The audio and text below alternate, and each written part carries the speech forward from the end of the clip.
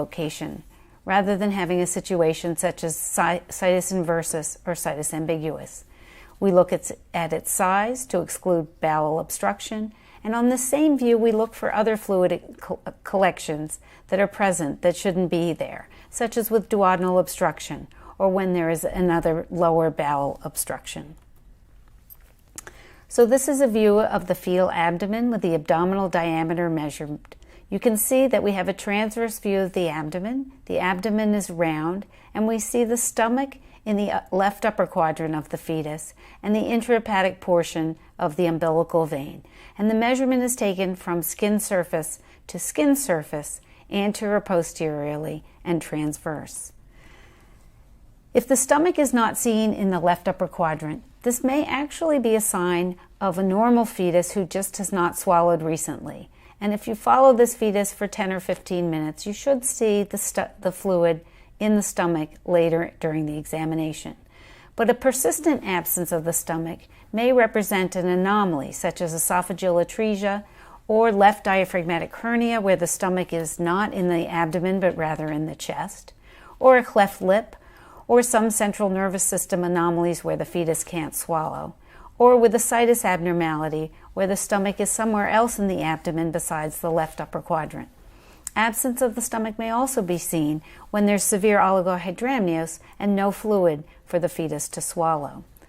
So here's a fetus scanned at 18 weeks gestation where during the entire exam no fluid was seen in the upper abdomen, in the left upper quadrant, or anywhere in the left upper abdomen. And here are two representative images. On her return at 21 weeks gestation, we learned the reason why there was failure of filling of the stomach. It was because the fetus had a bilateral cleft lip. You can see on this coronal view of the face a cleft in the upper lip on each side with the central maxillary prominence. And here on the clip you can see that large defect which prevented the fetus from swallowing properly. This fetus has situs inversus, so instead of finding the stomach in the left upper quadrant, the stomach was found in the right upper quadrant. This fetus did have a complete situs inversus, so examination of the chest shows that the heart was also on the right instead of the left. When echogenic bowel is seen in the fetal abdomen during the second trimester, it may indicate an underlying abnormality.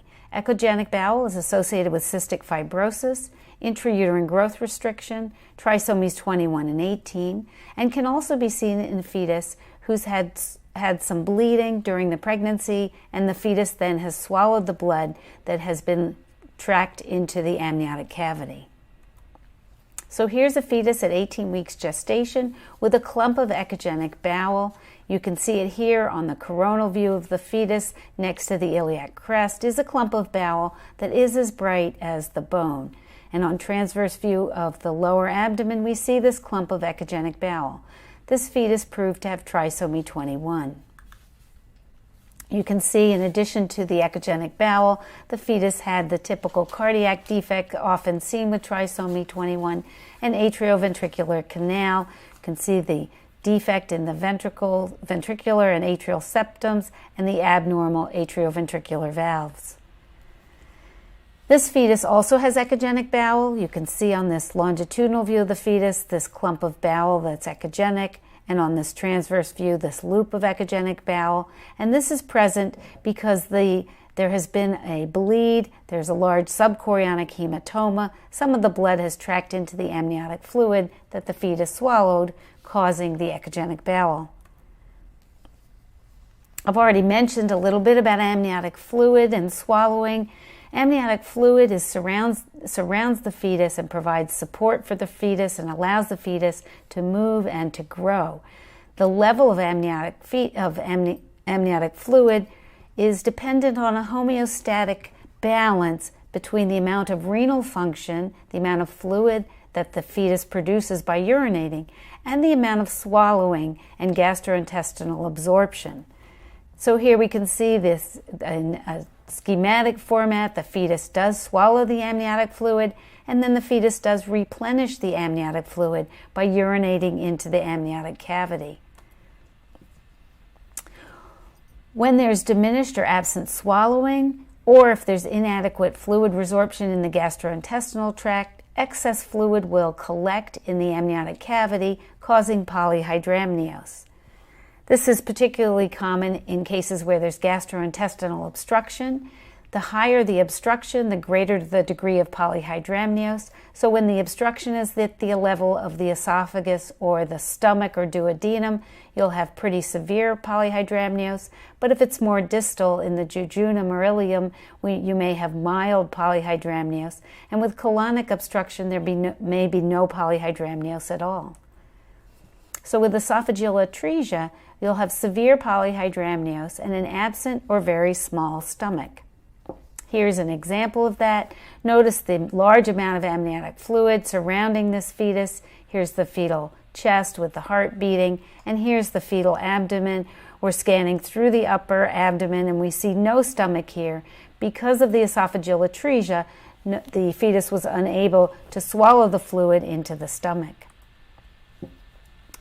Here's a fetus who actually did have esophageal atresia, mild polyhydramnios, but this fetus also had a tracheoesophageal fistula. And for this reason, we saw fluid in the upper abdomen inside the stomach. But we also were able to see the upper esophagus. Here you can see on a view of the fetal neck, we have the trachea, which is fluid-filled, and behind the trachea is a little bit of fluid in the upper portion of the esophagus. A little while later, this fluid extended down lower and expanded the upper part of the esophagus and eventually filled it here. Of course, this is as far as it will go because this is the site of the atresia. Gastric outlet obstruction is rare but not unheard of. It typically results from pyloric atresia, either as a primary anomaly or secondary to a vascular insult. The findings on ultrasound include polyhydramnios and a dilated stomach. So here's a fetus at 35 weeks gestation, surrounded by mild polyhydramnios, and the stomach was persistently dilated throughout the examinations of this fetus. This fetus proved to have pyloric atresia. You can see that after birth, they've taken an x-ray of the baby. The stomach is filled with air, but no air has passed from the stomach into the rest of the gastrointestinal tract. With duodenal atresia, there's obstruction of the duodenum either by atresia or by a web or an annular pancreas. The sonographic findings are characteristic. There's a double bubble of fluid in the upper abdomen. In addition, there will be polyhydramnios. Duodenal atresia is associated with other anomalies in more than 50% of cases, so if you do make this diagnosis, do look carefully at the rest of the fetus to try to identify other anomalies. Look at the vertebral body and the skeletal system. Look for other gastrointestinal anomalies. Look for cardiac anomalies, genitourinary anomalies. And in addition, the rate of trisomy 21 is quite high in these fetuses, and therefore the parents should be counseled that their risk of trisomy 21 is about 30%. Here's the typical sonographic appearance of duodenal atresia. In the upper abdomen, you have two fluid-filled structures, dilated as we see here. These represent the dilated stomach and the dilated duodenal bulb. If you scan down a little bit inferiorly to this classic view, you will be able to see the connection between the stomach and the duodenum through the dilated pylorus. Bowel obstruction distal to the duodenum can occur at the jejunum, the ileum, or even the colon, and may result from a vascular accident, from a volvulus, or be the result of meconium plug or an intussusception. On ultrasound, we'll see dilated loops of bowel. The more distal the obstruction is, the more loops of dilated bowel we will see. We also may have polyhydramnios. So here's a fetus with jejunal atresia. The jejunum is high, and therefore we only see one large loop of dilated bowel that's dilated because of the atresia below this point. In this case, there was mild polyhydramnios. This fetus has a distal bowel obstruction at the level of the ileum, and that's why we see multiple dilated loops of bowel. Notice that when the loops of bowel are dilated with fluid, that there's rapid peristalsis throughout, and this is typical of a bowel obstruction. Meconium peritonitis is something that happens after the bowel perforates inside the fetus. With the perforation, meconium spills into the peritoneal cavity and causes a chemical peritonitis. The first finding on ultrasound in these cases is ascites. Eventually, the ascites will be walled off into a cyst, and calcifications will collect in the wall of the cyst. In addition, wherever the meconium has spilled into the peritoneal cavity, calcifications will be seen lining the peritoneal cavity, and eventually the cystic fluid will be resorbed. Here's a case we were able to follow through gestation. At 16 weeks, a diagnosis was made of free fluid in the fetal abdomen, with no other sign of hydrops. At 21 weeks gestation, we no longer had free fluid in the abdomen, but we now had a cystic structure in the upper abdomen, with calcification in the wall of that cyst. This represented a meconium cyst with the meconium calcifications. As time went on, the fluid in the cyst was resorbed, and the fetus was left with calcification lining the peritoneal cavity. We can see it here on the undersurface of the liver, and we can see it along the anterior surface of the abdominal wall within the peritoneum. A small bowel volvulus will result when the bowel is incompletely fixated to the posterior mesentery, and so it can rotate. And this rotation will lead to strangulation of the bowel and obstruction to the bowel proximal to that site. On ultrasound, we may have acute onset of polyhydramnios, which results at the time of the volvulus, and we will see dilated loops of small bowel proximal to the site of the twist. We may also see the loop that has twisted as a single larger dilated loop, and we may see the whirlpool sign of the twisted mesentery. Here's a fetus where we do see that whirlpool sign. On the still image, you see the dilated loop of the volvulus, and then if you watch on the clip, you can see the whirlpool of the curling around of the bowel and mesentery that led to the twisting of this loop. Here's another fetus with the volvulus. We see a very large dilated loop of bowel. This bowel was twisted, and it was twisted so tightly that it lost its blood supply, and so this loop was dead by the time the baby was born. Notice on the clip we do see dilated loops of bowel, and these were proximal to the site of the obstruction. Now we also look at the anterior abdominal wall. The only thing that should cross the anterior abdominal wall is the umbilical cord. Nothing else should be protruding from the anterior abdominal wall in a normal fetus. So we look at this in order to exclude an omphalocele, a gastroschisis, or disruption by the amniotic band syndrome. So in a normal fetus, when we look at a transverse view of the abdomen, the only thing protruding from the anterior abdominal wall should be the umbilical cord. An omphalocele is an abnormal protrusion from the anterior abdominal wall. This defect is at the ventral wall at the site of the umbilicus, and through the defect, abdominal contents herniate into a sac that's covered by a peritoneal membrane. Omphaloceles are commonly associated with other anomalies, so look at the fetus carefully and also counsel the patients about the increased risk of aneuploidy. So here is a fetus with an omphalocele. On a longitudinal view of the fetus, we see protruding from the anterior abdominal wall a well-defined smooth mass that represents the omphalocele sac. On transverse view, we can see that the spine is posteriorly located. We have the stomach pulled anteriorly, and intra-abdominal contents are herniated anterior into the omphalocele sac. Running through the sac is the umbilical cord, which traverses it and then exits from the other side of the omphalocele. We can also look at this with 3D ultrasound. Here are two 3D ultrasounds from a fetus with an omphalocele showing the bulging sac from the fetus.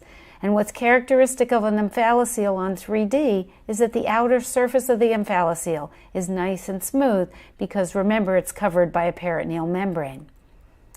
Here's another fetus with an omphalocele. The omphalocele sac is bigger than the fetal abdomen. Here's the fetal abdomen, the spine posteriorly, the stomach here in the left upper quadrant, and then protruding from it is a large omphalocele sac, also having some fluid in it as well as intra-abdominal contents. And here's the 3D of that fetus showing that very large but smooth-walled omphalocele. A gastroschisis is another abdominal wall defect that's different from an omphalocele. It's next to the umbilicus, not at the umbilicus. It's more common on the right than the left. And this defect allows abdominal contents to herniate into the amniotic cavity. The abdominal contents are not contained by a peritoneal membrane, and therefore the contour is not smooth like an omphalocele. Also, with a gastroschisis, other anomalies are uncommon.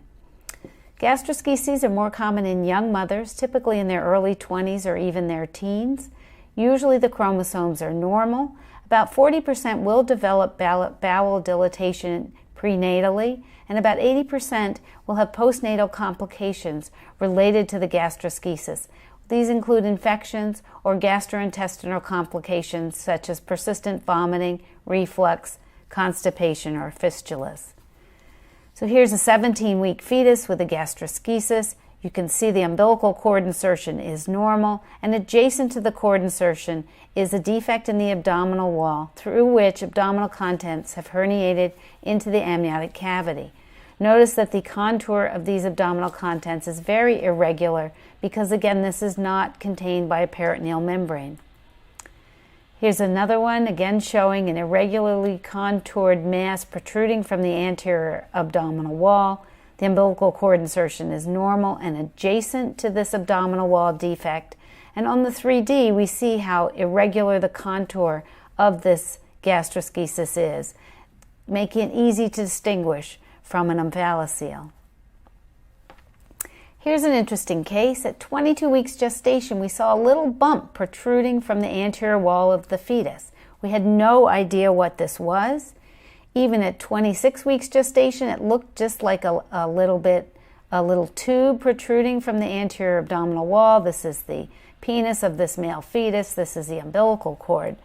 And then suddenly at 36 weeks gestation, all of this bowel protruded from the anterior abdominal wall. So this was a gastroschisis with a defect in the anterior abdominal wall, but the abdominal contents did not protrude until 36 weeks gestation. Well, I'll now move on to the genitourinary tract. If you look at the images that we routinely take when evaluating the fetus, we take images of the kidneys and the bladder. We do not routinely look at the ureters or the genitalia, but there are certain situations where it is important to evaluate these structures. We look for the kidneys first to make sure that they're present, to exclude renal agenesis, then to look at their location to make sure it's not ectopic. We move on then to the size and echogenicity of the kidneys to rule out things such as dysplasia or autosomal recessive polycystic kidney disease. And lastly, we look at the collecting system to exclude hydronephrosis.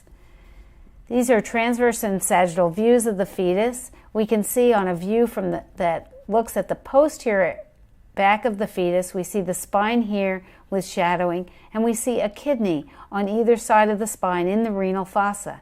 The kidney is more hypoechoic than the bowel and liver in front of it, and it has a bright echogenic capsule and central echoes in the renal sinus. On longitudinal view, the kidney has a reniform shape, and by the third trimester, as this fetus is, we can see the hypoechoic pyramids separated by the more echogenic renal cortex. We talked about amniotic fluid and how important swallowing is.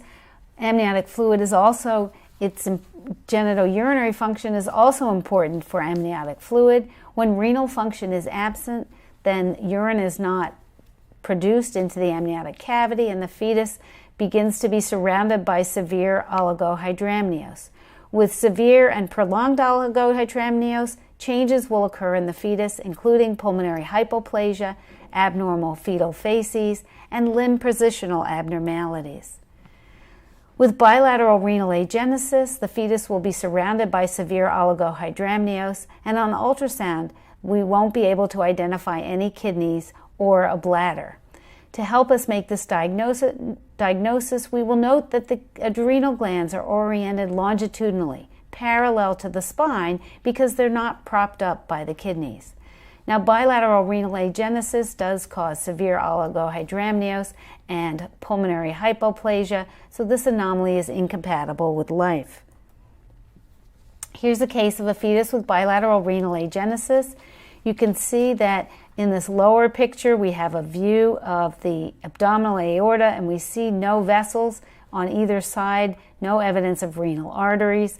On a transverse view of the abdomen, we see severe oligohydramnios, and we see the adrenal gland in the renal fossa, but no kidney. In a longitudinal view, we see that adrenal gland, as is the other one, they're both oriented parallel to the spine. When there's unilateral renal agenesis, renal function can be normal. The contralateral kidney or the normal kidney will be compensatorily enlarged and have normal renal function.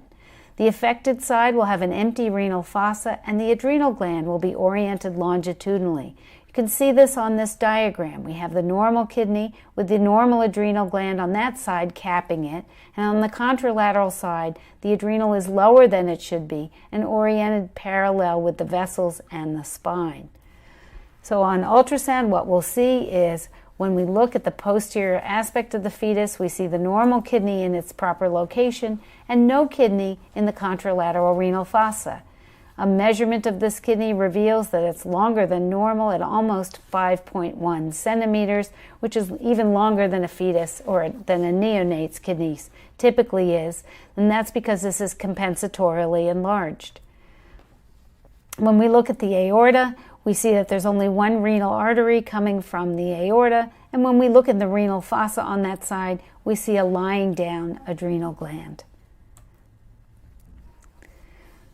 Renal ectopia is when the kidney is in a place other than the renal fossa. The most common location is when the kidney is in the pelvis, but the kidney can also be crossed and fused to the contralateral kidney, wherein it's called cross-fused ectopia, or both kidneys may be fused across the lower pole, making a horseshoe kidney. With the pelvic kidney, we'll have an empty renal fossa, just like with unilateral renal agenesis. The adrenal gland will be oriented longitudinally, but when we look down in the pelvis, we'll see another kidney.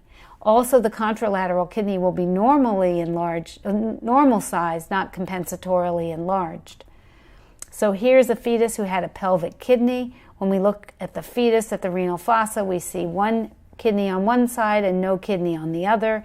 In that contralateral renal fossa, instead, we see a lying down adrenal gland, and then when we look carefully, we were able to see that right kidney, and then next to it down in the pelvis, the pelvic left kidney. When we have cross-fused ectopia, again, we have an empty renal fossa on the contralateral side, so the adrenal gland will be oriented longitudinally. The kidney will have an unusual shape. It may have an L-shaped and be very elongated because the contralateral kidney has fused with the lower pole on that side. So here's such a case. When we looked on the right renal fossa, all we saw was a longitudinally oriented adrenal gland, so we knew the kidney wasn't there. And when we moved over to the left side, we saw a large L-shaped kidney. Here's the left kidney. It seems to turn a corner as we get towards the midline because the right kidney has fused with the lower pole of the left kidney. Here we see views of the renal arteries in this case. You can see the aorta is here. We have no renal artery on the right side, but we have the renal artery here extending to the left side. And here's a clip showing you the full extent of that cross-fused ectopic kidney. Now with the horseshoe kidney, the kidneys are fused at their lower pole, and both kidneys are lower in the abdomen than usual. So these are what it's called ptotic kidneys. We'll see these as U-shaped kidneys when we scan with ultrasound. So we'll see renal tissue crossing in front of the abdominal, aortic, and inferior vena cava. So here is the case. You can see when we look at the aorta, we see the normal renal arteries, so we know there are two kidneys. But when we look at the kidneys more carefully, we see they have a horseshoe shape. And here you can see that horseshoe shape to these two kidneys because they're fused across the lower pole. On transverse view, we see renal parenchymal tissue crossing in front of the aorta and the inferior vena cava at the site of fusion.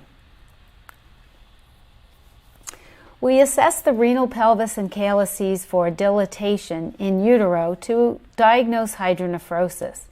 Hydronephrosis is diagnosed whenever there are dilated calyces or when the renal pelvis measures 7 millimeters or more from 16 to 20 weeks, or 10 millimeters or more after 20 weeks.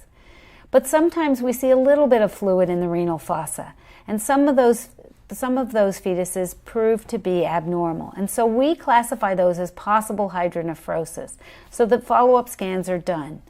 In these cases, you'll see a dilated renal pelvis that measures 4 to 6 millimeters from 16 to 20 weeks, or 5 to 9 millimeters after 20 weeks gestation. So here's an 18-week fetus where we see that the renal pelvis measures 6 millimeters, and this we would classify as possible hydronephrosis. But this fetus has calyceal dilatation throughout the kidney, and so this we would classify as definite hydronephrosis. Now, hydronephrosis, when first diagnosed in gestation, may change during the course of gestation. It may resolve, it may remain unchanged, but it may progress. And so follow-up is important because at the first time of diagnosis, we are uncertain as to what the progression might be. Here, for example, is a fetus at 18 weeks gestation. The renal pelvises on each side measure just under 5 millimeters. This is the level that we would just mention in our report as possible hydronephrosis. And here we can see the bladder, normal amniotic fluid, and the stomach. But when this fetus came back at 24 weeks gestation, we now have severe hydronephrosis. The renal cortex is somewhat echogenic, suggesting the development of dysplasia, and the urinary bladder is dilated with dilatation of the posterior urethra. This was a case of posterior urethral valves. We did a study at our institution in conjunction with Boston Children's Hospital to look at the outcome of fetuses with prenatally diagnosed hydronephrosis. We had almost 1,000 fetuses with dilated renal pelvis, some of which had caliectasis and some of whom did not.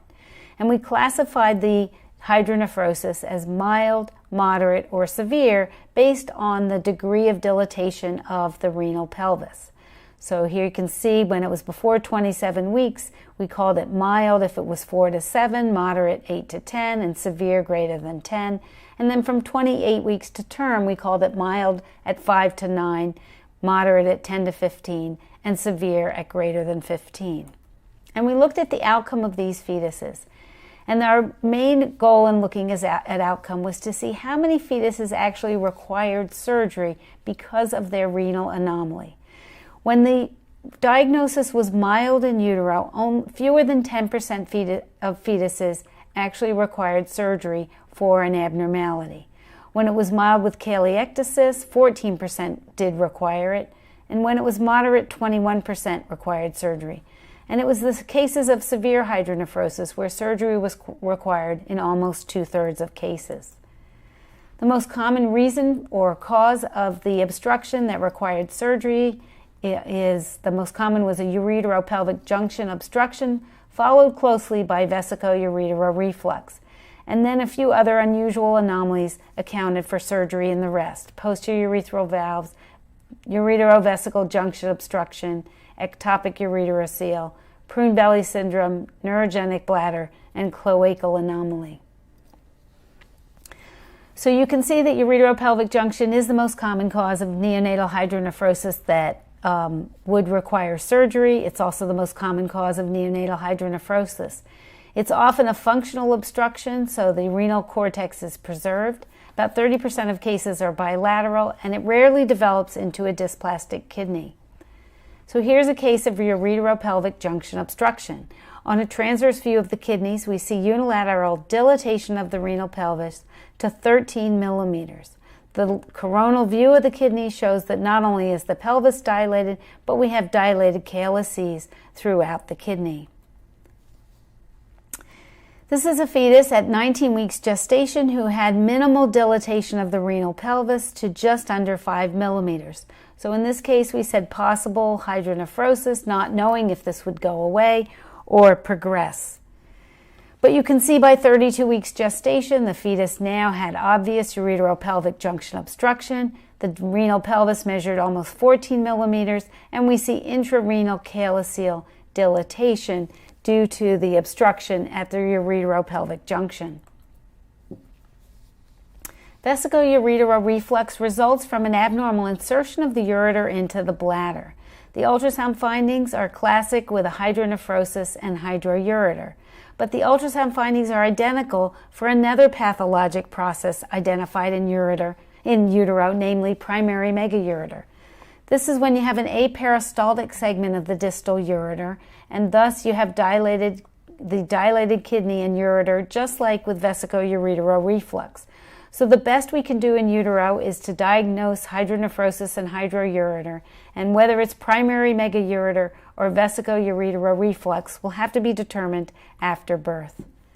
So here's a fetus with hydronephrosis and hydroureter at 17 weeks gestation. On a transverse view of the kidney, we see the renal pelvis is dilated to almost 7 millimeters, and on a longitudinal view, we see intrarenal dilatation and dilatation of the ureter from the kidney down towards the bladder.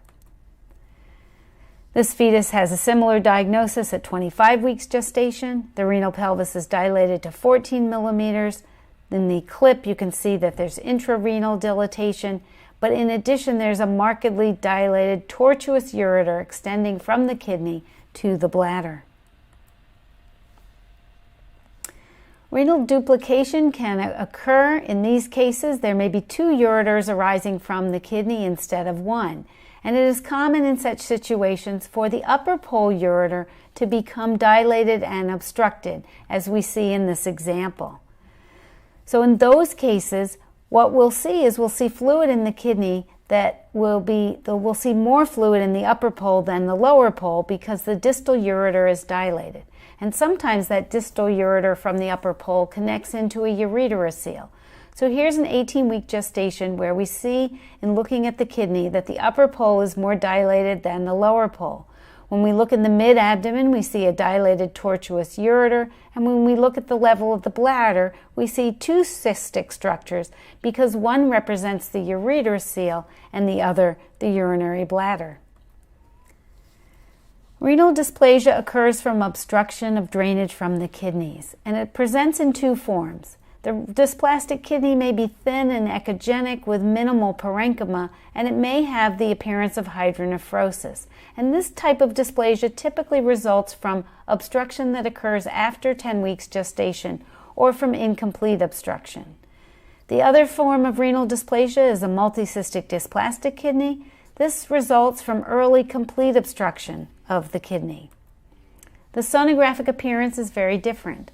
With renal dysplasia from late obstruction, the kidney shows dilated calyces, hydronephrosis, and a very thin cortical mantle, as we see here. And the renal cortex that it does remain, or the renal parenchyma, is very echogenic. So here we have a fetus with posterior urethral valves, bilateral hydronephrosis. You can see it on the still image as well as the clip, and then marked thinning of the renal cortex here and here, with increased echogenicity, all of this due to dysplasia. On the other hand, a multicystic dysplastic kidney presents as a kidney completely replaced by a large multicystic mass. These are typically unilateral, which is a good thing because when it is bilateral, it's incompatible with life. And this is the typical appearance of a multicystic dysplastic kidney.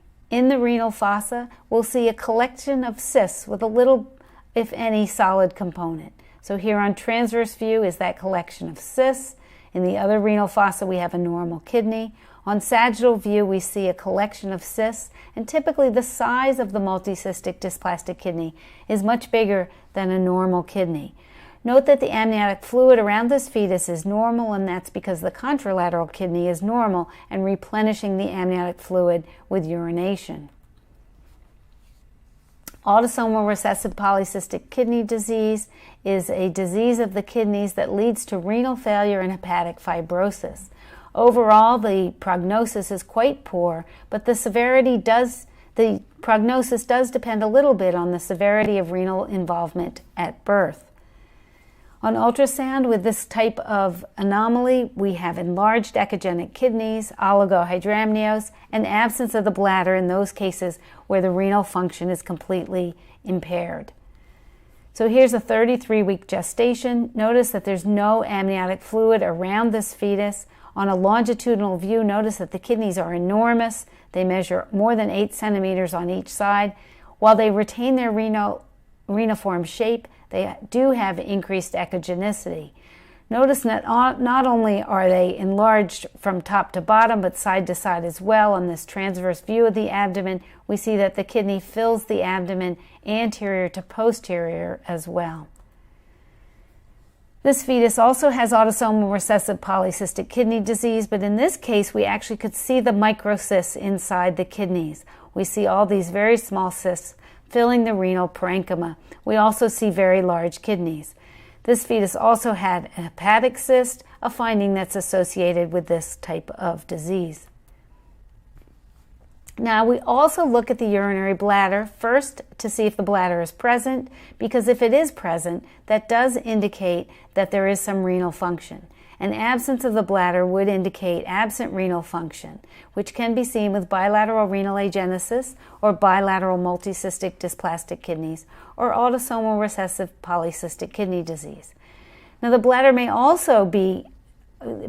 not have fluid in it when there's exstrophy and the bladder is everted. When we see the bladder, we assess its size to see if it's enlarged, such as with posterior urethral valves. Normally, we should see the bladder in the pelvis or lower abdomen by the end of the first trimester as a fluid-filled anechoic structure, as we see here, and it's labeled by the arrow.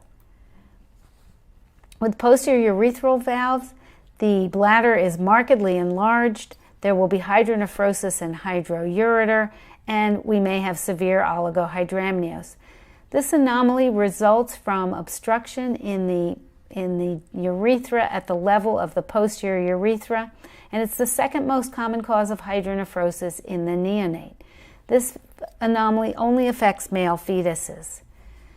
The characteristic appearance of posterior urethral valves is a dilated bladder and dilated posterior urethra that's sometimes been called the keyhole appearance.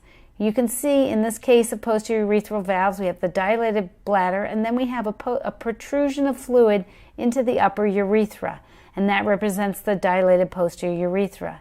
In this case, we can also see the very dysplastic small echogenic kidney associated with this abnormality.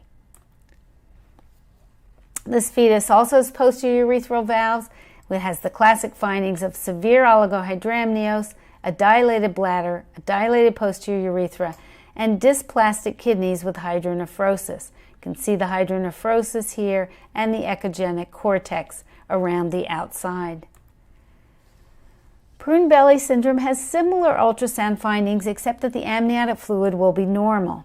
This syndrome occurs because of abnormal or absent development of the abdominal musculature and abnormal smooth muscle.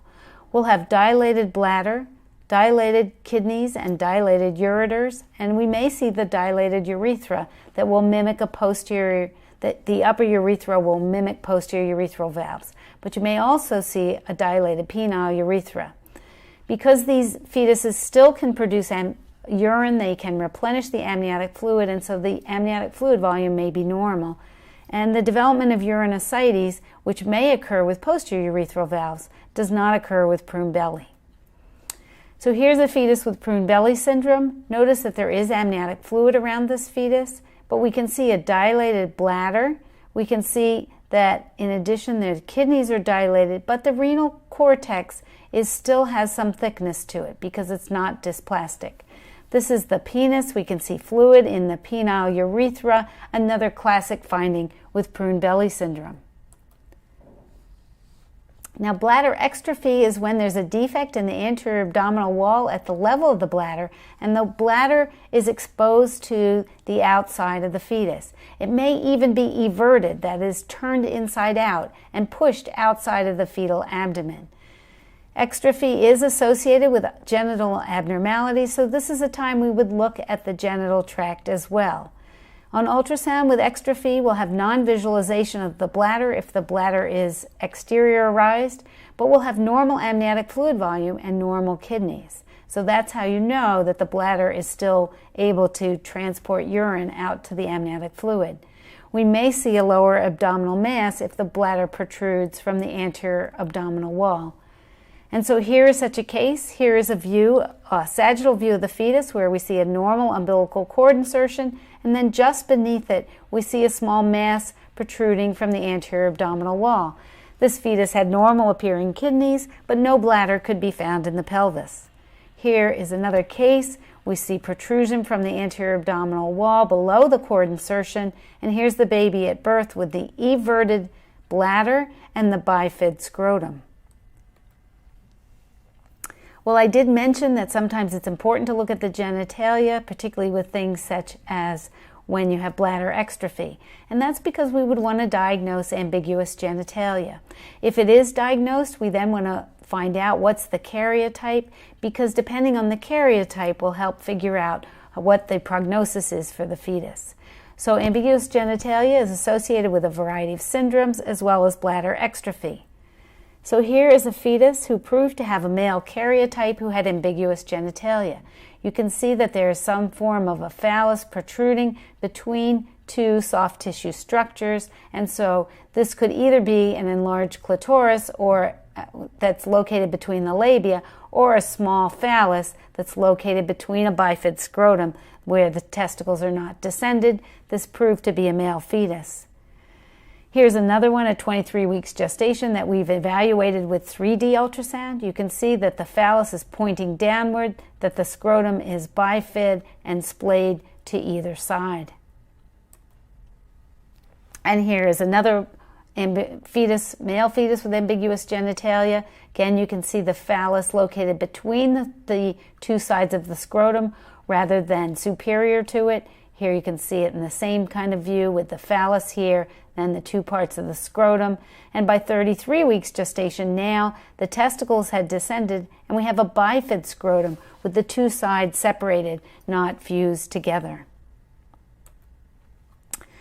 Well, I hope I've given you a good run through the gastrointestinal tract and genital urinary tracts, and I hope you find this useful in your practice. Thank you.